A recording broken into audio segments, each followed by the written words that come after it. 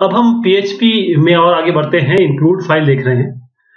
तो जो server side include है SSI, ये हम यूज करते हैं और या ये यूज होंगे ताकि हम फंक्शन बना सके, हेडर्स बना सके, फुटर्स बना सके, या वो एलिमेंट जो रीयूज किए जाएंगे हर एक मल्टीपल पेज में।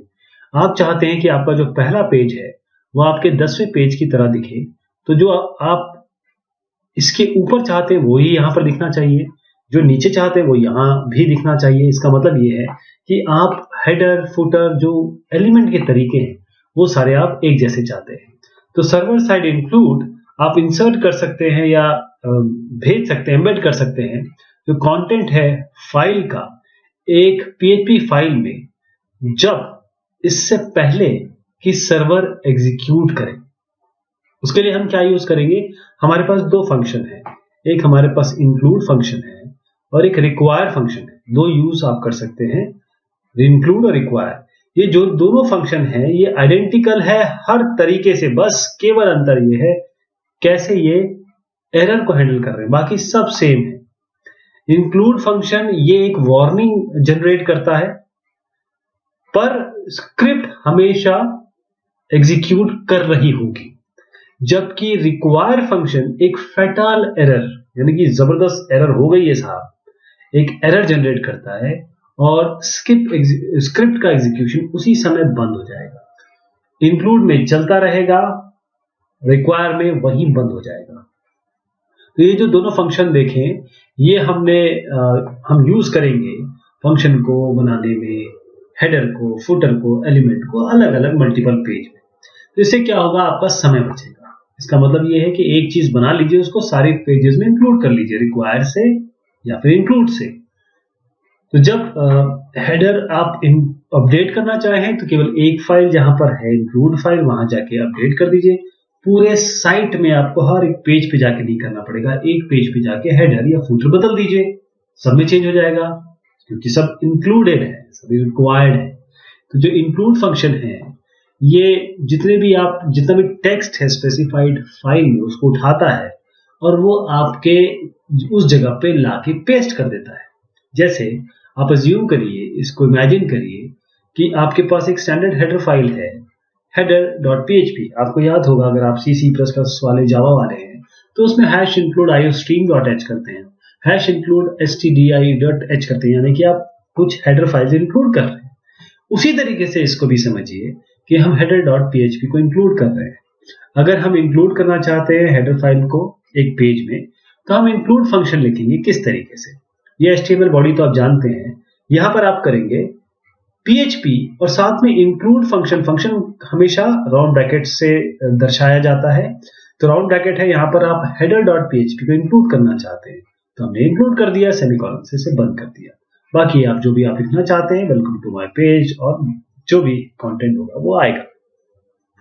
एक और एग्जांपल देखते हैं। अब आप अज्यूम करिए कि हमारे पास एक स्टैंडर्ड मेन्यू फाइल है जो सारे पेज में यूज होना है, क्योंकि इंक्लूड फाइल जनरली इसमें .php आपका एक्सटेंशन होता है। तो आप देखिए, जैसे क्योंकि हमने कंटेंट W3 स्कूल से लिया हुआ है तो इसी का एग्जांपल बेहतर रहेगा। हम यहाँ पर HTML कोड लिख रहे हैं, बॉडी के अंदर जाके हम क्या कर रहे हैं, ये एंकर होता है, H रेफरेंस ये रेफर करेगा, यानी कि जब इस पे क्लिक करेंगे तो कहाँ जाने वाला है, तो होम पे क्लिक करेंगे तो इस साइट पे चला जाएगा।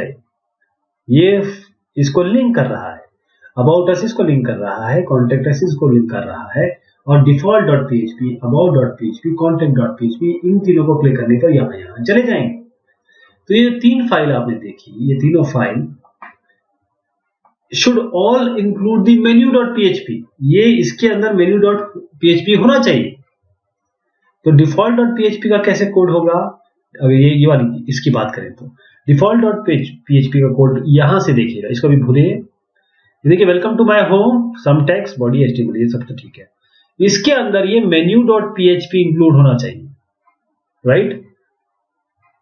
इसी तरीके से default.php में जब जाएंगे, अगर आप इसका सोर्स कोड देखेंगे default.php का किसी ब्राउजर में, तो किस तरीके से दिखाई देगा वो आपको, default.php, about.php, contact.php, क्योंकि आप हर एक पेज में दिखाई देगा ना। ये आपका ये पेज है, हर एक पेज के फुटर या हेडर में आपने इसको डाल दिया। इसको सेम सिमिलर चीज को हम कैसे कर सकते थे? जो about.php है, जो हमने अभी इसके लिए देखा, और जो contact.php है, हम क्या कर सकते थे? ये include फाइल्स हम सीधा we simply have to update the text in the menu.php, यानी कि अगर हमको ये चीजें करनी है तो menu.php में डाल दीजिए। अगर आप रीनेम करना चाहते हैं या कुछ ऑर्डर ऑफ लिंक्स ये सब चेंज करना चाहते हैं तो केवल जो मेन फाइल है उसमें चेंज कर दीजिए, बाकी सब में चेंज करने की आवश्यकता नहीं है। जब मैं एग्जांपल दूंगा तो और अच्छे से समझ में आएगा आपको। एग्जांपल हम जब हैंड्स ऑन करेंगे, रिक्वायर भी देख लेते हैं। रिक्वायर फंक्शन बिल्कुल इंक्लूड फंक्शन की तरह है। हैंडल और handling of error is different. Include warning generate करता है, रिक्वायर उसे वहीं पे बंद कर देता है। अगर आप इंक्लूड करते हो फाइल को इंक्लूड फंक्शन से, तो अगर एरर होगा तो इस तरीके से कुछ एरर मिलेगा आपको यहाँ पर। अगर आप एरर रोकना चाहते हैं, हैंडल करना चाहते हैं, तो include wrong file dot H echo hello world, यानी कि अगर ये कुछ ऐसा आता है तो आप इको करा सकते हैं। एरर मैसेज इसमें क्या आएगा? ये तो आपको कंटेंट दिखाया मैंने कि आपने wrong file dot PHP include करने की कोशिश की और यहाँ पर एरर आ गया। तो एरर कुछ इस तरीके से आएगा कि जब रॉन्ग फाइल डॉट पीएचपी है तो fail to open the stream, ये ओपन ही नहीं हो पाई। ये वाली जो फाइल की बात हो रही है ये एग्जिस्ट ही नहीं कर रही। अगर आप इंक्लूड करेंगे फंक्शन को इंक्लूड इस तरीके से तो ये वाली एरर आ सकता है इसको, क्योंकि ओपन ही नहीं हो पा रहा है, क्योंकि हमने इसको इंक्लूड किया है। This is not able, we are not able to open it, और साथ में आपका हेलो वर्ल्ड पे आएगा। अब आप इसमें देखिए कि इस वाली चीज में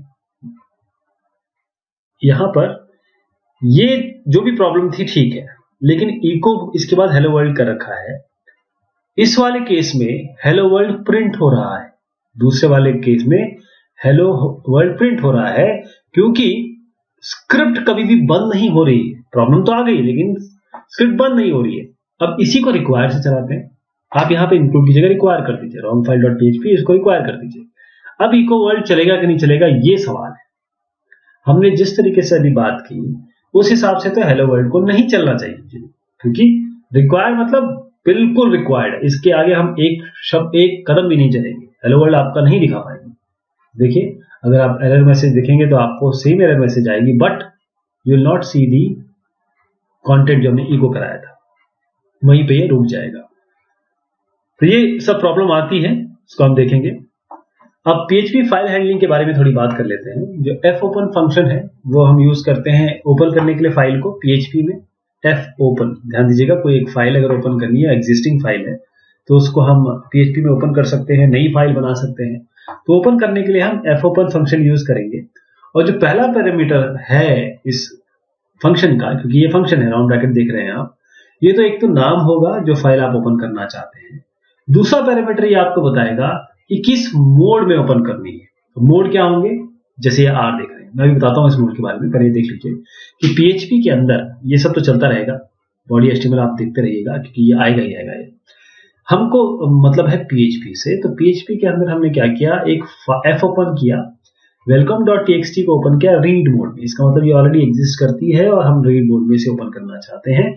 और इसको हमने फाइल हैंडलिंग जो भी हुई उसके लिए कोई पॉइंटर दे दिया, यानी कि हम चाहते हैं कि किस तरीके से इस पूरी फाइल को हम रीड मोड में एक्सेस करेंगे, डील करेंगे, उसके लिए हमने यहाँ डॉलर फाइल दे दिया। अब इसको कैसे कैसे ओपन कर सकते हैं, जो मोड बता रहा था, आर करेंगे क्या, रीड होगी, ये शुरुआत होगी, शुरुआत पहले जो कंटेंट है वहां से शुरुआत करेगा पढ़ने का। आर प्लस करेंगे तो रीड भी हो सकता है, राइट भी हो सकता है। प्लस का मतलब राइट भी हो रहा है।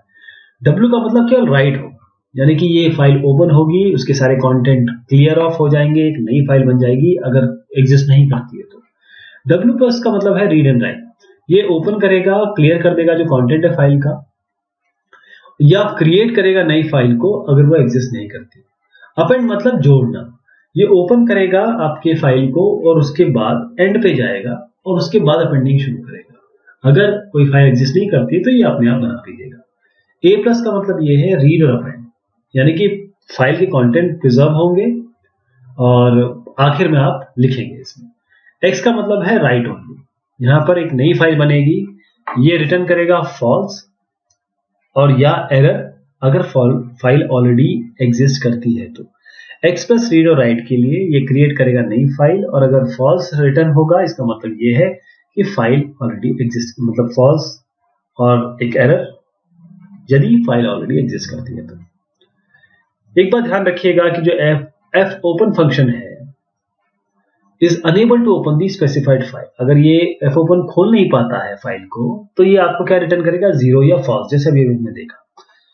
अब ये वाला एक कोड देखिए, इस कोड में क्या होने वाला है, अगर ये ओपन नहीं करेगा, मान लीजिए welcome.txt एग्जिस्ट ही नहीं करती है, तब क्या होगा, तो ये एक आपको रिटर्न करेगा मैसेज। ये मैसेज जनरेट करेगा कि कोई फाइल आपकी नहीं ओपन हो रहा है। इसी तरीके से आप एफ क्लोज अगर हम करेंगे, तो जो ओपन वाली फाइल है वो आपकी F close function is used to close open file, यानी एफ ओपन से तो ओपन कर दिया, अब जो भी कोड एग्जीक्यूट कराना है कराइए यहाँ पर ऐसे, और उसके बाद क्या करिए, यहाँ एफ क्लोज कर दीजिए, तो ये एफ क्लोज से ये क्लोज हो जाएगा। तो एफ क्लोज का काम ये है। अब आप एंड पे, एक आपकी पूरी फाइल है मान लीजिए, अब इसके एंड पे जाना चाहते हैं, अगर आप नोटपैड में है, नोटपैड प्लस प्लस में है, वर्ड में है, तो कंट्रोल एंड कीबोर्ड से दबाएंगे तो एंड में पहुंच जाएंगे। अब प्रोग्रामिंग में कैसे करेंगे, तो ये एफ ई ओ एफ मतलब होता है एंड ऑफ फाइल। ये फंक्शन चेक करता है कि आपके एंड ऑफ फाइल में आप आ गए कि नहीं आ गए। खासतौर पे जब हमको फाइल की लेंथ नहीं पता होती है, डेटा की लेंथ नहीं पता होती है, और लूपिंग में हम इसे यूज करते हैं, तब एंड ऑफ फाइल बहुत ज्यादा यूज होने वाला है। ये याद रखिएगा कि आप रीड नहीं कर सकते फाइल अगर वो ओपन हुई है WA या X मोड से, यानी कि FUF का देखते हैं, इस फाइल के एंड ऑफ फाइल में पहुंच गए तो आप लिखेंगे, इको कर देंगे end of file.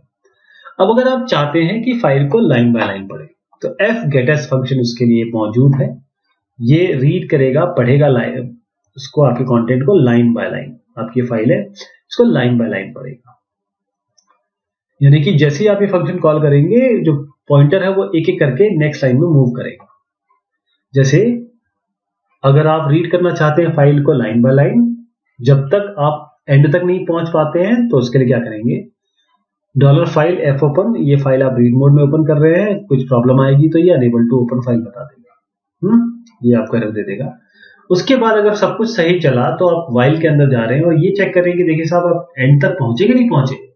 Find FUF, अगर फाइल तक आप पहुंच गए, अगर ये पहुंच गए तो ठीक है, अंदर चले जाएंगे, नहीं पहुंच पाए तो बाहर आ जाएंगे। लेकिन अगर हम एंड ऑफ फाइल तक नहीं पहुंचे तो हम क्या करेंगे, fgetS से हर एक लाइन को पढ़ते रहेंगे, और उसके बाद जब सब कुछ काम हो गया हमारा, तो F क्लोज करना ना भूलें। अब कैरेक्टर बाय कैरेक्टर पढ़ना है। आपने देखिए पूरा कंटेंट कैसे पढ़ेंगे, आपने देख लिया लाइन बाय लाइन कैसे पढ़ लिया। अब हम कैरेक्टर बाय कैरेक्टर करना चाहते हैं, उसके लिए भी फंक्शन मौजूद है, उसका नाम है fgetC फंक्शन। ये फंक्शन हम यूज करते हैं ताकि हम एक सिंगल कैरेक्टर पढ़ सकें, और इसके बाद हर जैसे ही आप कॉल करेंगे फंक्शन को, तो फाइल पॉइंटर एक एक कैरेक्टर से मूव करेगा। जैसे हम इस कोड में जानना चाह रहे हैं कि, या करना चाह रहे हैं character bye character file reading, जब तक हम एंड ऑफ फाइल में ना पहुंच पाए। तो ये पहली लाइन तो चलेगी, फाइल को ओपन किया रीड मोड में, उसके बाद हमने एग्जिट कर दिया, अगर कुछ प्रॉब्लम है तो। अगर सब कुछ सही चला तो वाइल में जाएंगे, एंड ऑफ फाइल तक चलेंगे, एंड ऑफ फाइल तक चलेंगे, और तब तक क्या करेंगे, fgetC यानी कि एक एक कैरेक्टर पढ़ते रहेंगे और दिखाते रहेंगे इको है, और क्लोज कर देंगे, जब हमारा काम हो जाएगा। तो PHP के फाइल सिस्टम के रेफरेंस के लिए आप php.net पे जाइए, वहां पर आपको काफी चीजें मिलेंगी। तो ये हमने आज देखा, अभी फाइल हैंडलिंग हमने देख ली, और इसके पहले जो कंटेंट देखा उसको अभी हम प्रैक्टिकल हैंड्स ऑन करते हैं, ताकि आप और समझ पाएं कि ये जो चीज हमने देखी इसको हम प्रैक्टिकली कैसे करेंगे। अब हम प्रैक्टिकल देखते हैं जो अभी हमने यहाँ पर देखा। तो सबसे पहले हम इंक्लूड और जो रिक्वायर है उसका एग्जांपल देख लेते हैं। जैसे अगर आप अपने वेब पेज में कुछ इंक्लूड करना चाहते हैं तो सबसे अच्छा एग्जांपल ये होगा। हम इंक्लूड करना चाहते हैं, ये आपको एग्जांपल देता हूं क्योंकि ये W3 स्कूल से ही हमने लिया है कंटेंट, तो इसी का एग्जांपल सबसे बेस्ट रहेगा।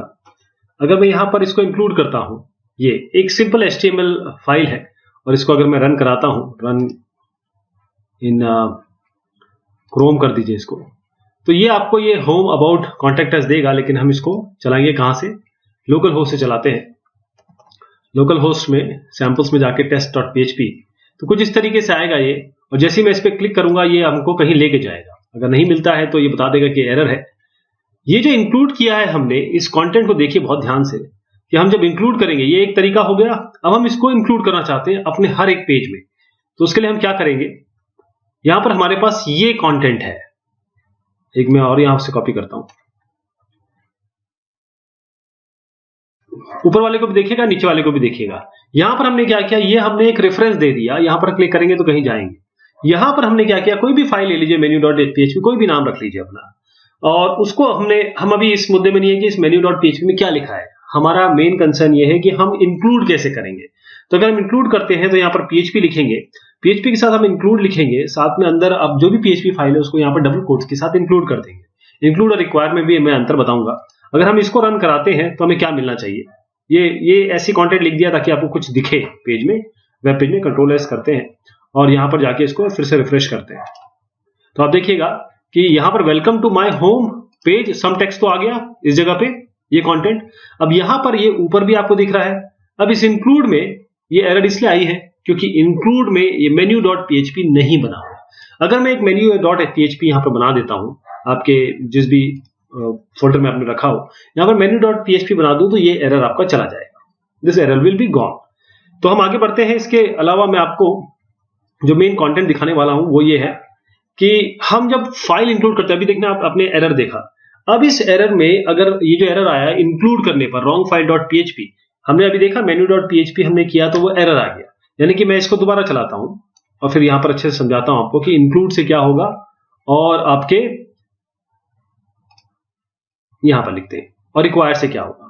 देखिए इसमें हमने क्या कोशिश की है, एक PHP लिया, इंक्लूड किया wrong file.php जो एग्जिस्ट नहीं करती है, जो एग्जिस्ट नहीं कर रही है। हम चाहते हैं कि ये एरर आए, we want this error to happen. इसके बाद हमने ये इको लिख दिया यहां पर, यानी कि इस इंक्लूड करने के बाद अगर ये फाइल नहीं आती तो क्या ये इसके बाद प्रिंट होगा, इसीलिए हेलो वर्ल्ड लिखा है, या चेक, हेलो चेक लिख सकते हैं। वी वांट टू चेक कि वेदर दिस लाइन कम्स और नॉट, अगर इंक्लूड नहीं है। इंक्लूड होगा तो आपने अभी देख लिया क्या अबाउट रिजल्ट कैसे एग्जांपल आ गया, लेकिन अगर इंक्लूड नहीं है तो क्या होगा, इसको हम रन कराते हैं। अब अपने इसमें जाएंगे अपने ब्राउजर में, और ब्राउजर में जाके इसको हम दोबारा रन कराते हैं ताकि हम देख सके कि ये किस तरीके से काम कर रहा है, राइट। तो इसके लिए हम ब्राउजर जाते हैं, यहाँ पर बैक करते हैं और इसको अब हम लोकल होस्ट पे सैंपल्स में test.php बना रखी है हमने। तो देखिए यहां तक ये एरर आ गया, ठीक। आपको पता है कि ये इंक्लूड नहीं होती है फाइल, इंक्लूड नहीं है इसका मतलब that means this file doesn't exist. I will show you.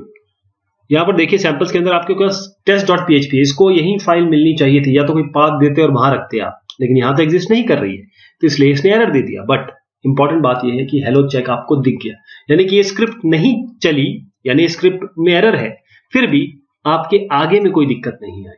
अगर मैं ही यहीं पे इसी जगह पे यहां पर जो आपने इंक्लूड देखा, यहीं पे अगर मैं रिक्वायर कर दूं, I just change this include with the require and let us see what happen. हम यहां पर इंक्लूड की जगह केवल रिक्वायर कर रहे हैं, क्या अब हेलो चेक दिखेगा।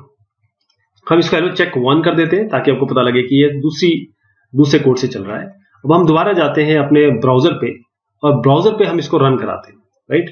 यहां पर जाएंगे और हम इसको रिफ्रेश करते हैं। तो देखिए साहब, जैसे ही मैंने रिफ्रेश किया ये लाइन हट गई, यानी कि जो लाइन मैं फिर से रिफ्रेश करता हूं, अगर आप पहले देखें कि लोकल होस्ट पे जाके दोबारा चलाता हूं इसको, तो ये जो आपने हेलो चेक 1 है ना, जो पिछली बार आया था, वो यहां पर चला नहीं। तो अब आपको अच्छी तरीके से समझ में आ गया इंक्लूड और रिक्वायर में क्या अंतर है। इंक्लूड में यह है कि आप चाहे प्रॉब्लम आएगी तो भी वो नेक्स्ट लाइन पे जाएगा, आपकी पूरी स्क्रिप्ट चलाएगा। रिक्वायर आपको वहीं रोक देगा। ये एरर आपको समझ में आ गई, ठीक। अब थोड़ा फाइल हैंडलिंग पे जाते हैं। फाइल हैंडलिंग पे एक सिंपल सा यहाँ कोड है, मैं इसको पिक करता हूं and I explain it to you. Right, क्या हुआ, ये PHP कोड तो आप समझ ही गए। इसके अंदर हमने क्या किया, एक फाइल ओपन की welcome.txt रीड मोड में, और इसको यहां पर एक वेरिएबल में डाल दिया। चलो चलिए खोलते हैं इसको और welcome.txt। अभी देखना एरर आने वाला है। अब आप मुझे बताइए एरर क्यों आएगा। पहले मैं इसको चलाता हूं। अभी हमारी test.php में हमने ये कंटेंट लिखा है। अब यहां पर जाते हैं, हम रिफ्रेश कराते हैं। ये देखिए एरर आ गया। एरर क्या आया, warning f open welcome.txt doesn't exist। आपने बनाई ये फाइल? अभी नहीं बनाई। welcome.txt एरर आ गया। अब मैं थोड़ा सा यहां पर जाता हूं, एक नई फाइल हम बनाते हैं जिसका नाम हम रख देते हैं welcome.txt। ठीक, अब हमको ये फाइल मिल गई, हमने वही रख दिया जहां पर test.php, क्योंकि test.php ही ढूंढेगा, हमने कोई पाथ नहीं दिया इसलिए। इसको मैं ओपन करता हूं और ये है मेरा फाइल ओपन लिख देता हूं इसमें, सेव कर देते हैं, बंद कर देते हैं इसको। अब मैं इसको दोबारा रिफ्रेश करता हूं, राइट। यहां पर इसको जो नोटपैड है यहां पर ये इसको मैं सेव करता हूं। Now there is no error, have you seen, there is no error. हमने यहां पर जैसे ही चलाया, welcome.txt भी अवेलेबल है आपके पास, test.php भी अवेलेबल है। मैं इसको सेव करता हूं और मैं जाता हूं अपने ब्राउजर पे, ब्राउजर पे इसे रन कराने की कोशिश करता हूं तो कोई एरर नहीं आया क्योंकि ऑलरेडी एग्जिस्ट कर रही है। लेकिन अभी हमने केवल फाइल को ओपन किया, कुछ तो किया नहीं इसमें, हमने इस कोड में कुछ भी नहीं किया, अभी जस्ट फाइल ओपन किया है।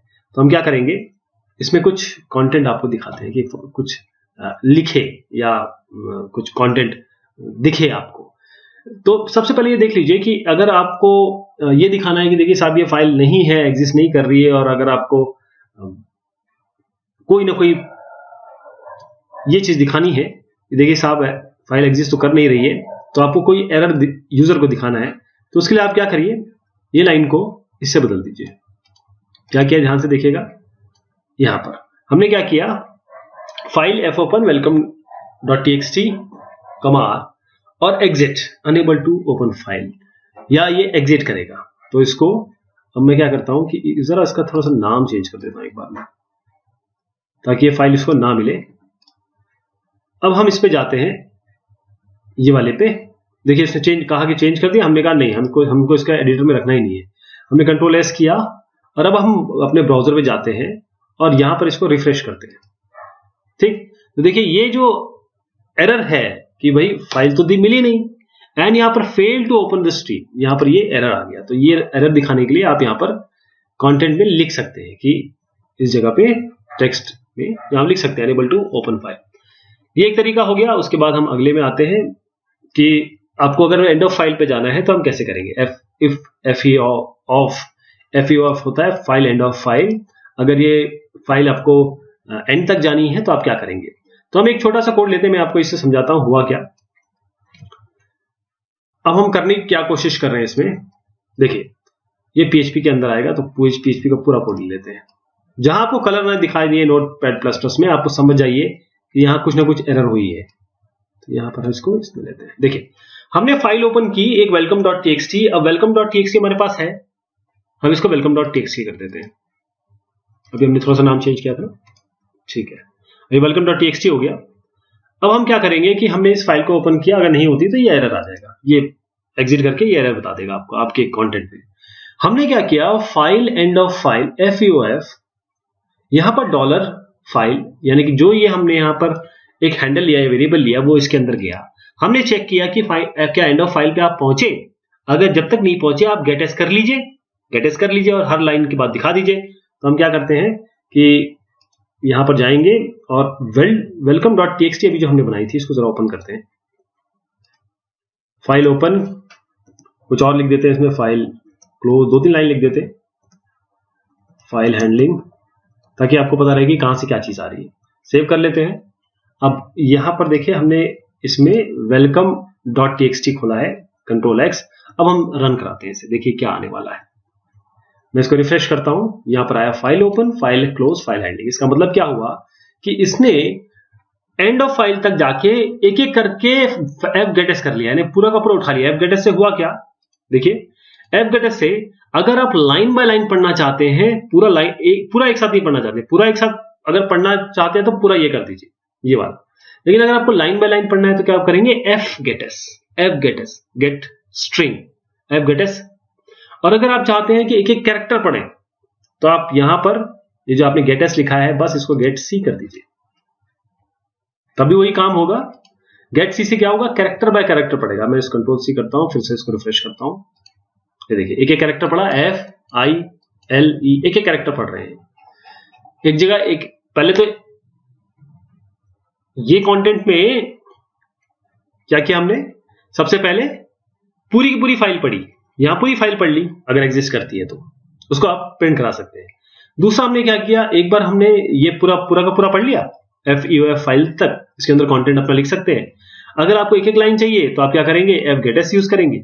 अगर आपको एक एक कैरेक्टर चाहिए तो fgetC करेंगे। तो ये आपका तरीका हुआ फाइल हैंडलिंग का। हाँ, एक चीज जरूर है इसमें बताने योग्य कि जब भी आप फाइल हैंडलिंग करेंगे साथ में fclose जरूर लगाएं, क्लोज करना बहुत आवश्यक है। तो ये छोटी सी बात हमने की फाइल हैंडलिंग की, आगे भी इसमें और काफी डिस्कशन बाकी है। तो अगली बार हम ये देखेंगे PHP के में कैसे फाइल अपलोड वगैरह करते हैं। बहुत शुक्रिया, बहुत मेहरबानी आप सभी की।